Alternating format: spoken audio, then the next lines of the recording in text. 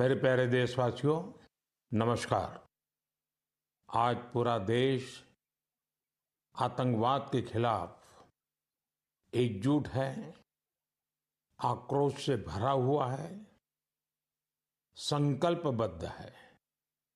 आज हर भारतीय का यही संकल्प है, हमें आतंकवाद को खत्म करना ही है। साथियों, ऑपरेशन सिंदूर के दौरान हमारी सेनाओं ने जो पराक्रम दिखाया है, उसने हर हिंदुस्तानी का सिर ऊंचा कर दिया है। जिस प्रिसिजन के साथ, जिस सटीकता के साथ हमारी सेनाओं ने सीमा पार के आतंकवादी ठिकानों को ध्वस्त किया, वो अद्भुत है।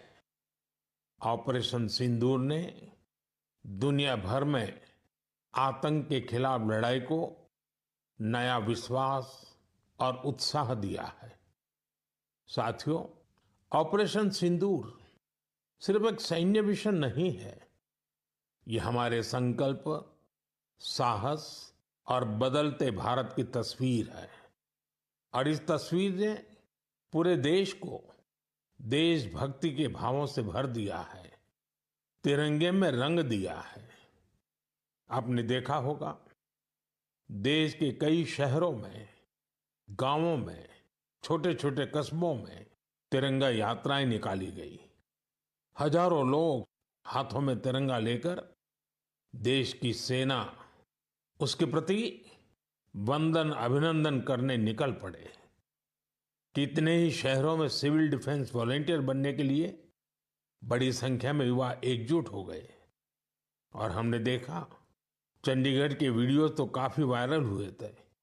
सोशल मीडिया पर कविताएं लिखी जा रही थी, संकल्प गीत गाए जा रहे थे, छोटे छोटे बच्चे पेंटिंग्स बना रहे थे जिनमें बड़े संदेश छुपे थे। मैं अभी 3 दिन पहले बीकानेर गया था। वहां बच्चों ने मुझे ऐसी ही एक पेंटिंग भेंट की थी। ऑपरेशन सिंदूर ने देश के लोगों को इतना प्रभावित किया है कि कई परिवारों ने इसे अपने जीवन का हिस्सा बना लिया है। बिहार के कटिहार में, यूपी के कुशीनगर में और भी कई शहरों में उस दौरान जन्म लेने वाले बच्चों का नाम सिंदूर रखा गया है। साथियों, हमारे जवानों ने आतंक के अड्डों को तबाह किया। यह उनका अदम्य साहस था और उसमें शामिल थी भारत में बने हथियारों, उपकरणों और टेक्नोलॉजी की ताकत। उसमें आत्मनिर्भर भारत का संकल्प भी था। हमारे इंजीनियर्स, हमारे तकनीशियन, हर किसी का पसीना इस विजय में शामिल है। इस अभियान के बाद पूरे देश में वोकल फॉर लोकल को लेकर एक नई ऊर्जा दिख रही है। कई बातें मन को छू जाती है। एक माँ बाप ने कहा, अब हम अपने बच्चों के लिए सिर्फ भारत में बने खिलौने ही लेंगे। देशभक्ति की शुरुआत बचपन से होगी। कुछ परिवारों ने शपथ ली है, हम अपनी अगली छुट्टियां देश के किसी खूबसूरत जगह में ही बिताएंगे। कई युवाओं ने मेड इन इंडिया का संकल्प लिया है, वो देश में ही शादी करेंगे।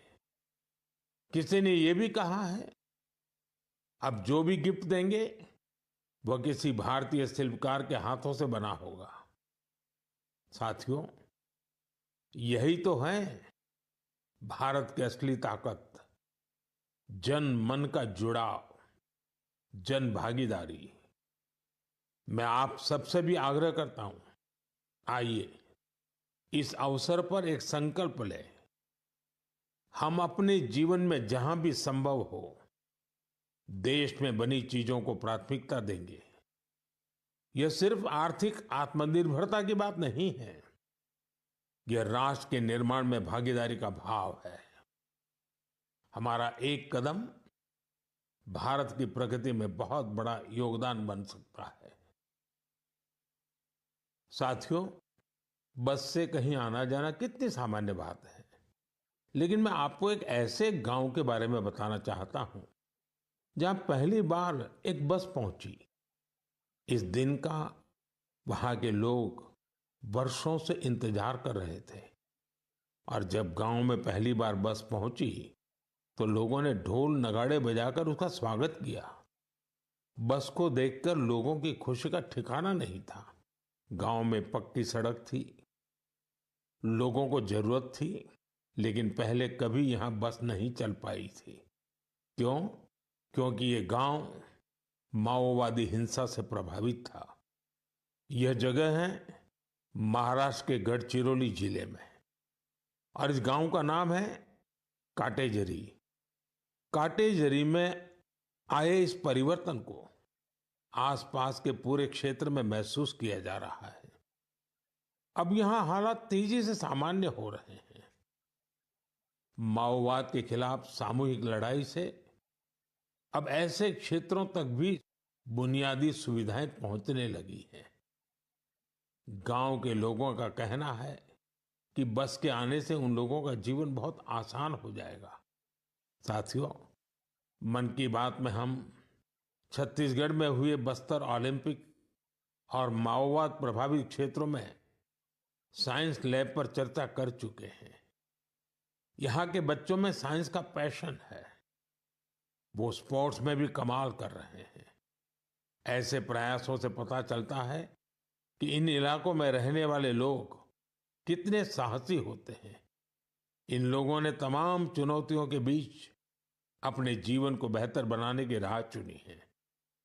मुझे यह जानकर भी बहुत खुशी हुई कि 10वीं और 12वीं की परीक्षाओं में दंतेवाड़ा जिले के नतीजे बहुत शानदार रहे हैं।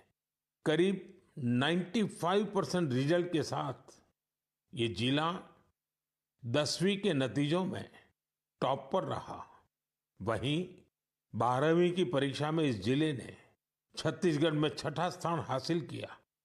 सोचिए, जिस दंतेवाड़ा में कभी माओवाद चरम पर था, वहां आज शिक्षा का परचम लहरा रहा है।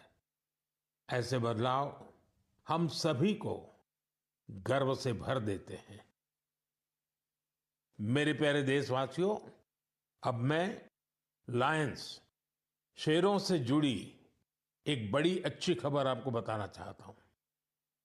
पिछले केवल 5 वर्षों में गुजरात के गीर में शेरों की आबादी 674 से बढ़कर 891 हो गई है। 674 से 891। लायन सेंसस के बाद सामने आई शेरों की ये संख्या बहुत उत्साहित करने वाली है। साथियों, आप में से बहुत से लोग यह जानना चाह रहे होंगे कि आखिर ये एनिमल सेंसस होती कैसे है। ये एक्सरसाइज बहुत ही चुनौतीपूर्ण है। आपको यह जानकर हैरानी होगी कि लायन सेंसस 11 जिलों में 35,000 वर्ग किलोमीटर के दायरे में की गई थी। सेंसस के लिए टीमों ने राउंड द क्लॉक यानी 2400 घंटे इन क्षेत्रों की निगरानी की। इस पूरे अभियान में वेरिफिकेशन और क्रॉस वेरिफिकेशन दोनों किए गए। इससे पूरी बारीकी से शेरों की गिनती का काम पूरा हो सका। साथियों, एशियाटिक लायन की आबादी में बढ़ोतरी ये दिखाती है कि जब समाज में ओनरशिप का भाव मजबूत होता है तो कैसे शानदार नतीजे आते हैं। कुछ दशक पहले गीर में हालात बहुत चैलेंजिंग थे, लेकिन वहां के लोगों ने मिलकर बदलाव लाने का बीड़ा उठाया। वहां लेटेस्ट टेक्नोलॉजी के साथ ही ग्लोबल बेस्ट प्रैक्टिसेस को भी अपनाया गया।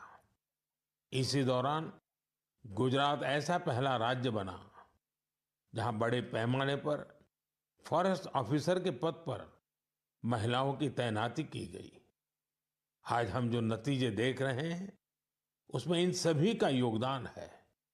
वाइल्ड लाइफ प्रोटेक्शन के लिए हमें ऐसे ही हमेशा जागरूक और सतर्क रहना होगा। मेरे प्यारे देशवासियों, 2-3 दिन पहले ही मैं पहली राइजिंग नॉर्थ ईस्ट समिट में गया था। उससे पहले हमने नॉर्थ ईस्ट के सामर्थ्य को समर्पित अष्टलक्ष्मी महोत्सव भी मनाया था। नॉर्थ ईस्ट की बात ही कुछ और है। वहाँ का सामर्थ्य, वहाँ का टैलेंट वाकई अद्भुत है। मुझे एक दिलचस्प कहानी पता चली है क्राफ्टेड फाइबर्स की। क्राफ्टेड फाइबर्स ये सिर्फ एक ब्रांड नहीं, सिक्किम की परंपरा, बुनाई की कला और आज के फैशन की सोच, तीनों का सुंदर संगम है। इसकी शुरुआत की डॉक्टर चेवांग नोरबू भूटिया ने। पैसे से वो वेटरनरी डॉक्टर है और दिल से सिक्किम की संस्कृति के सच्चे ब्रांड एम्बेसडर। उन्होंने सोचा क्यों न बुनाई को एक नया आयाम दिया जाए और इसी सोच से जन्म हुआ क्राफ्टेड फाइबर का। उन्होंने पारंपरिक बुनाई को मॉडर्न फैशन से जोड़ा और इसे बनाया एक सोशल एंटरप्राइज। अब उनके यहाँ केवल कपड़े नहीं बनते, उनके यहाँ जिंदगियां बुनी जाती है। वे लोकल लोगों को स्किल ट्रेनिंग देते हैं, उन्हें आत्मनिर्भर बनाते हैं। गांवों के बुनकर, पशुपालक और सेल्फ हेल्प ग्रुप, इन सबको जोड़कर डॉक्टर भूटिया ने रोजगार के नए रास्ते बनाए हैं। आज स्थानीय महिलाएं और कारीगर अपने हुनर से अच्छी कमाई कर रहे हैं। क्राफ्टेड फाइबर्स के शॉल, स्टॉल, दस्ताने, मोजे सब लोकल हैंडलूम से बने होते हैं। इसमें जो ऊन का इस्तेमाल होता है वो सिक्किम के खरगोशों और भेड़ों से आता है। रंग भी पूरी तरह प्राकृतिक होते हैं, कोई केमिकल नहीं, सिर्फ प्रकृति की रंगत। डॉक्टर भूटिया ने सिक्किम की पारंपरिक बुनाई और संस्कृति को एक नई पहचान दी है। डॉक्टर भूटिया का काम हमें सिखाता है कि जब परंपरा को पैशन से जोड़ा जाए तो वो दुनिया को कितना लुभा सकती है। मेरे प्यारे देशवासियों, आज मैं आपको एक ऐसे शानदार व्यक्ति के बारे में बताना चाहता हूं जो एक कलाकार भी हैं और जीती जागती प्रेरणा भी है। नाम है जीवन जोशी। उम्र 65 साल। अब सोचिए, जिनके नाम में ही जीवन हो वो कितनी जीवंतता से भरे होंगे। जीवन जी उत्तराखंड के हल्द्वानी में रहते हैं। बचपन में पोलियो ने उनके पैरों की ताकत छीन ली थी, लेकिन पोलियो उनके हौसलों को नहीं छीन पाया। उनके चलने की रफ्तार भले ही कुछ धीमी हो गई, लेकिन उनका मन कल्पना की हर उड़ान उड़ता रहा। इसी उड़ान में जीवन जी ने एक अनोखी कला को जन्म दिया। नाम रखा बगेट। इसमें वो चीड़ के पेड़ों से गिरने वाली सूखी छाल से सुंदर कलाकृतियां बनाते हैं। वो छाल जिसे लोग आमतौर पर बेकार समझते हैं, जीवन जी के हाथों में आते ही धरोहर बन जाती है। उनकी हर रचना में उत्तराखंड की मिट्टी की खुशबू होती है। कभी पहाड़ों के लोक वाद्य यंत्र, तो कभी लगता है जैसे पहाड़ों की आत्मा उस लकड़ी में समा गई हो। जीवन जी का काम सिर्फ कला नहीं, एक साधना है। उन्होंने इस कला में अपना पूरा जीवन समर्पित कर दिया है। जीवन जोशी जैसे कलाकार हमें याद दिलाते हैं कि परिस्थितियां चाहे जैसी भी हो, अगर इरादा मजबूत हो तो नामुमकिन कुछ नहीं। उनका नाम जीवन है और उन्होंने सच में दिखा दिया कि जीवन जीना क्या होता है। मेरे प्यारे देशवासियों, आज कई ऐसी महिलाएं हैं जो खेतों के साथ ही अब आसमान की ऊंचाइयों पर काम कर रही हैं। जी हाँ, आपने सही सुना। अब गांव की महिलाएं ड्रोन दीदी बनकर ड्रोन उड़ा रही हैं और उससे खेती में नई क्रांति ला रही है।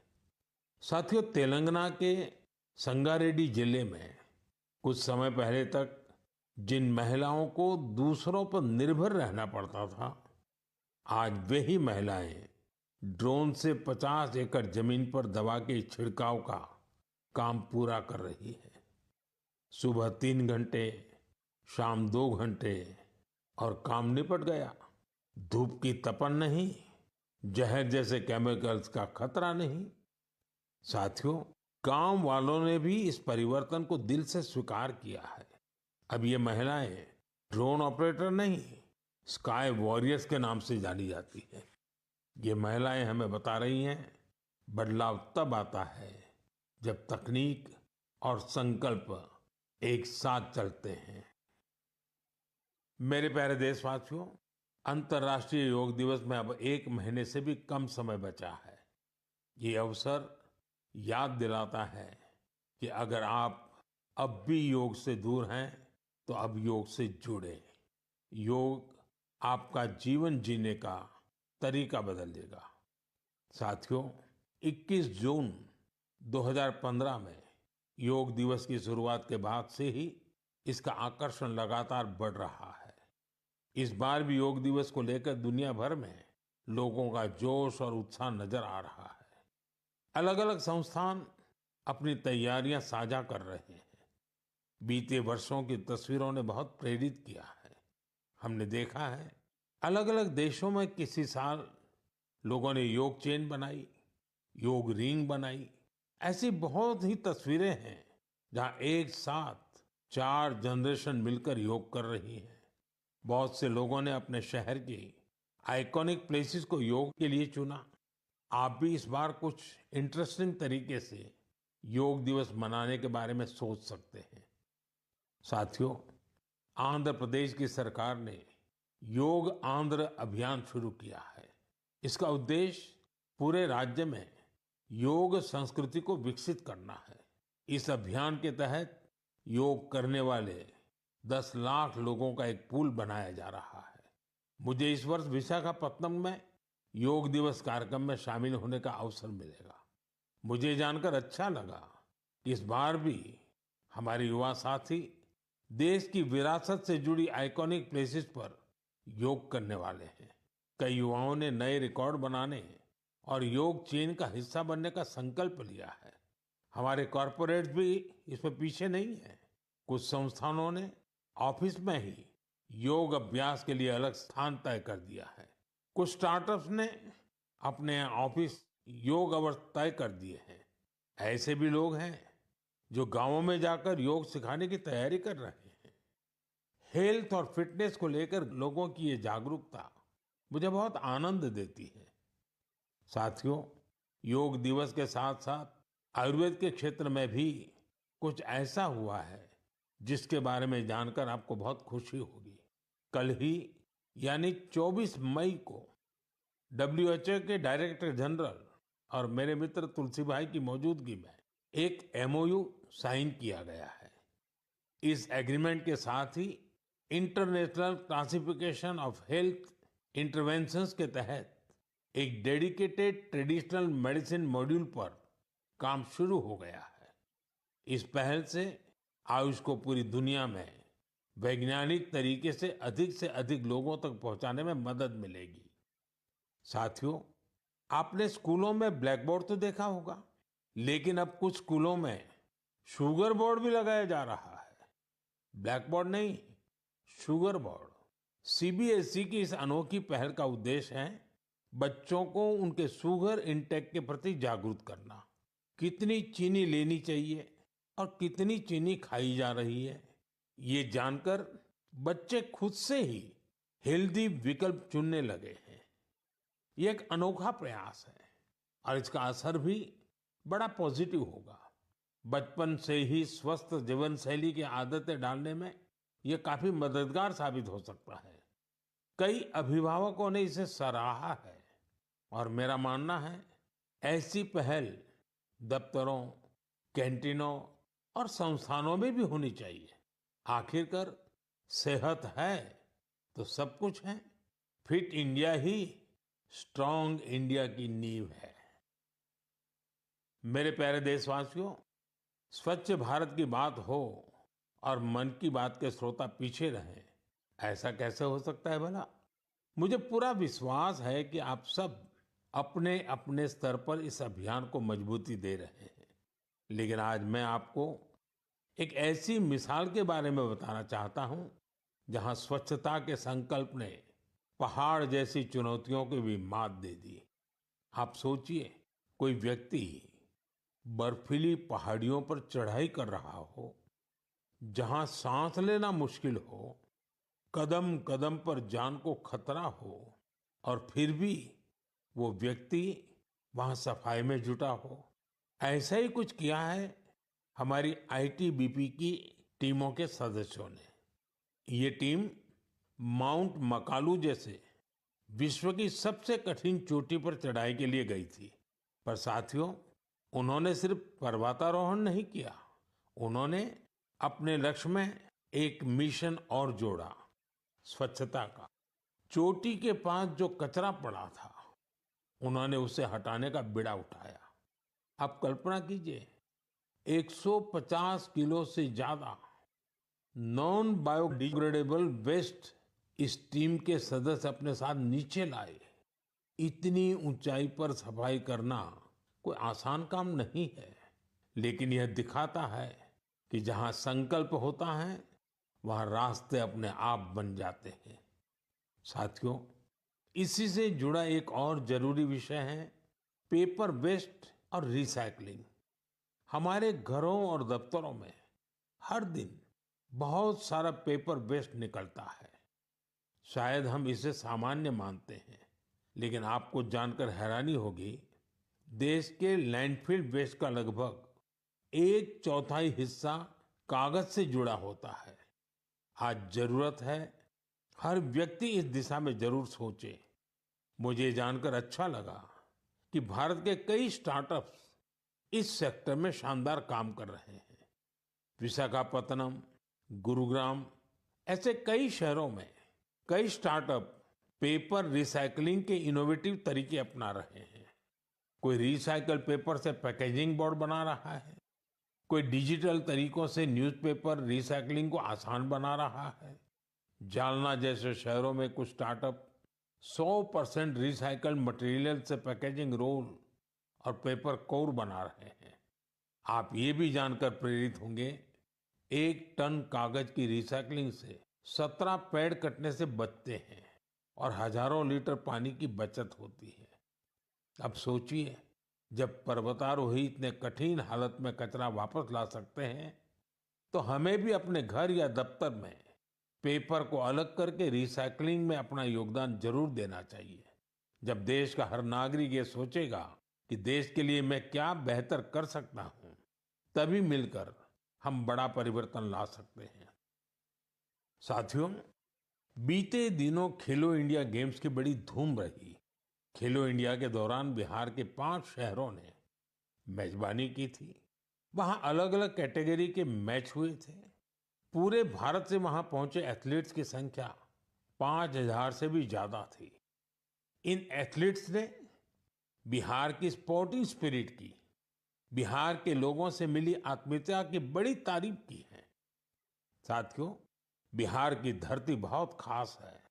इस आयोजन में यहाँ कई यूनिक चीजें हुई हैं।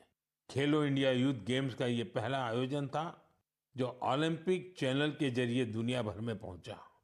पूरे विश्व के लोगों ने हमारे युवा खिलाड़ियों की प्रतिभा को देखा और सराहा।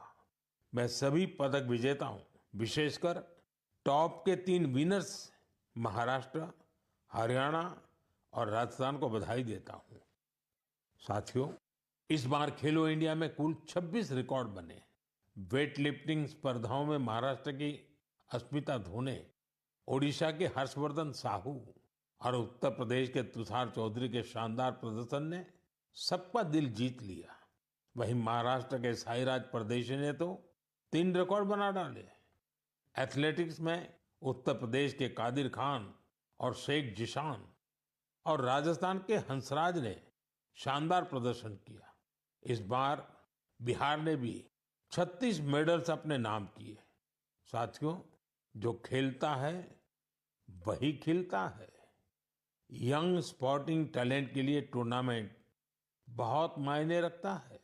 इस तरह के आयोजन भारतीय खेलों के भविष्य को और संवारने वाले हैं। मेरे प्यारे देशवासियों, 20 मई को वर्ल्ड बी डे मनाया गया। यानी एक ऐसा दिन जो हमें याद दिलाता है कि शहद सिर्फ मिठास नहीं, बल्कि सेहत, स्वरोजगार और आत्मनिर्भरता की मिसाल भी है। पिछले 11 वर्षों में मधुमक्खी पालन में भारत में एक स्वीट रिवॉल्यूशन हुआ है। आज से 10-11 साल पहले भारत में शहद उत्पादन एक साल में करीब 70-75 हजार मैट्रिक टन होता था। आज ये बढ़कर करीब करीब 1.25 मैट्रिक टन के आसपास हो गया है। यानी शहद उत्पादन में करीब 60% की बढ़ोतरी हुई है। हम हनी प्रोडक्शन और एक्सपोर्ट में दुनिया के अग्रणी देशों में आ चुके हैं। साथियों, इस पॉजिटिव इम्पैक्ट में राष्ट्रीय मधुमक्खी पालन और शहद मिशन की बड़ी भूमिका है। इसके तहत मधुमक्खी पालन से जुड़े हजारों किसानों को ट्रेनिंग दी गई, उपकरण दिए गए और बाजार तक उनकी सीधी पहुंच बनाई गई। साथियों, ये बदलाव सिर्फ आंकड़ों में नहीं दिखता, ये गांव की जमीन पर भी साफ नजर आता है। छत्तीसगढ़ के कोरिया जिले का एक उदाहरण है। यहाँ आदिवासी किसानों ने सोन हनी नाम से एक शुद्ध जैविक शहद ब्रांड बनाया है। आज वह शहद जैम समेत अनेक ऑनलाइन पोर्टल पर बिक रहा है। यानी गांव की मेहनत अब ग्लोबल हो रही है। इसी तरह उत्तर प्रदेश, गुजरात, जम्मू कश्मीर, पश्चिम बंगाल और अरुणाचल प्रदेश में हजारों महिलाएं और युवा अब हनी उद्यमी बन चुके हैं। साथियों, और अब शहद की केवल मात्रा नहीं, उसकी शुद्धता पर भी काम हो रहा है। कुछ स्टार्टअप अब एआई और डिजिटल टेक्नोलॉजी से शहद की गुणवत्ता को प्रमाणित कर रहे हैं। आप अगली बार जब भी शहद खरीदें तो इन हनी उद्यमियों द्वारा बनाए गए शहद को जरूर आजमाएं। कोशिश करें कि किसी लोकल किसान से, किसी महिला उद्यमी से भी शहद खरीदें, क्योंकि उस हर बूंद में स्वाद ही नहीं, भारत की मेहनत और उम्मीदें घुली होती हैं।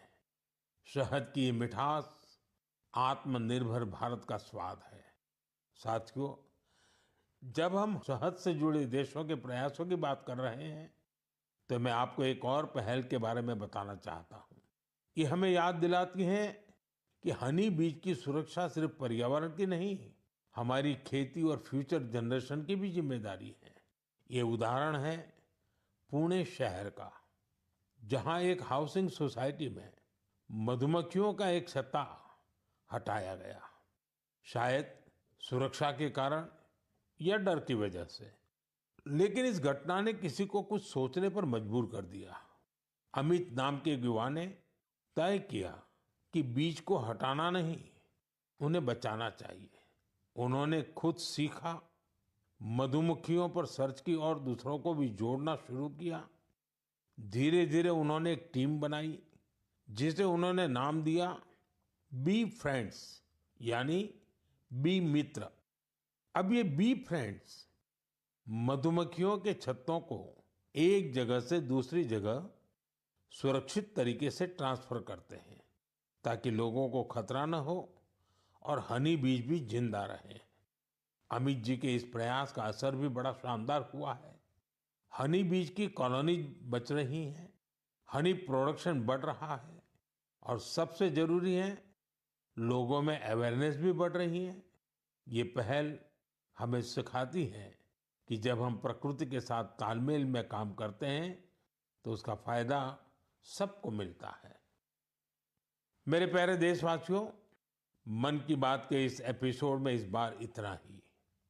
आप इसी तरह देश के लोगों की उपलब्धियों को, समाज के लिए उनके प्रयासों को मुझे भेजते रहिए। मन की बात के अगले एपिसोड में फिर मिलेंगे। कई नए विषयों और देशवासियों की नई उपलब्धियों की चर्चा करेंगे। मुझे आपके संदेशों का इंतजार है। आप सबका बहुत बहुत धन्यवाद। नमस्कार।